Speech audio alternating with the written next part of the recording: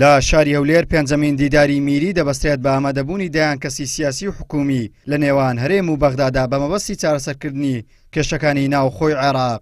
دکتۆر دلاوەر سەرۆکی میری دەڵێت عێراق و هەرێم چەند ساڵێکە لە قەیرانی سیاسی و ئابوورین و بۆیە پێویستمان زانی هەمویان بگەێنین بەیەک و لە پانێڵەکە کۆیان بکەینەوە بە مەبەستی دۆزینەوەی چارەسەر و خستنە ڕووی کێشەکانی نێوان هەرێم و بەغدا.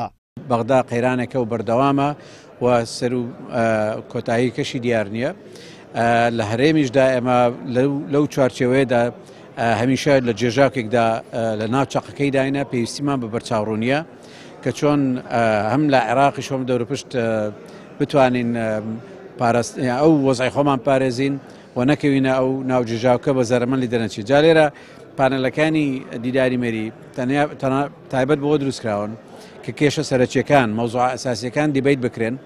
لێکەمین پانێڵ سەبارەت بە خۆپیشاندانەکانی عێراق و ئەو ئەزمەیەی کە دروست بۆ لە ناو دەسەڵاتدا، دوای ئەوە باسی هێزەکانی ئیقلیمی دەکەین لەگەڵ جیهانی کە چۆن دەتوانن هاوکار بن لە ئیستیقرار پێکردن و کەمتر لە هاتنەژوورەوە بۆ خاتری ناسەقامگیرکردن.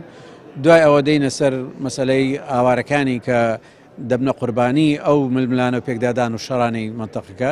سبەینێش باسی هەرێم دەکەین کەوا چۆن هەرێم هەم لەگەر بەغدا علاقاتی خۆی پێوە بکە و هەم لەگەر لە ناو خۆشیدا ریفۆرمێک ئەنجام بدا کە وڵاتەکەمان بکەین بە وڵاتی هاونیشتمانی. ئەندامێکی پەرلەمانی پێشووی عێراق بە گرنگیەوە لەم جۆرە دیدارە دەڕوانێت و دەڵێت ئێستا کاتی گوێگرتن و خۆکۆکردنەوەی تەواوی گەلی کوردە، چونکەوەی ئەمڕۆ لە بەغدا دەگوزارێت هیچ دوور نییە بەیانی زۆر لەمە خراپتر لە هەرێم بگوزارێت.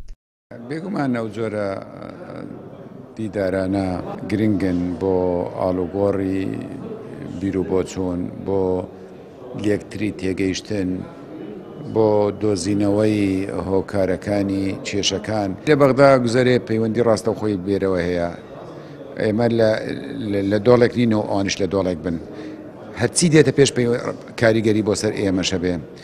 من پێم وابێ ئەبێ هەرێمی کوردستان چوەکو حکوومەت، چوەکو پەرلەمان، چوەکو لایەنە سیاسەکانی کوردستانیش هەوڵ بدەن لەگەڵ لایەنە عێراقیەکان، لەگەڵ سیاسەکان، لەگەڵ خۆپیشاندەران پەیوەندی بگرن بۆ چۆنیەتی دەرباز بوون لەو قەیرانە، بۆ چۆنیەتی کارکردن بۆ ئایندەیەکی باشتر. چکە گۆڕانکاری گەورە دێنە پێش. ئەگەر کورد خۆی دوورە پەرێز بگرێ بەبێی ئێمە و گۆڕانکاریان دەکرێن، بەڵام ئەگەر هاتوو ئێمە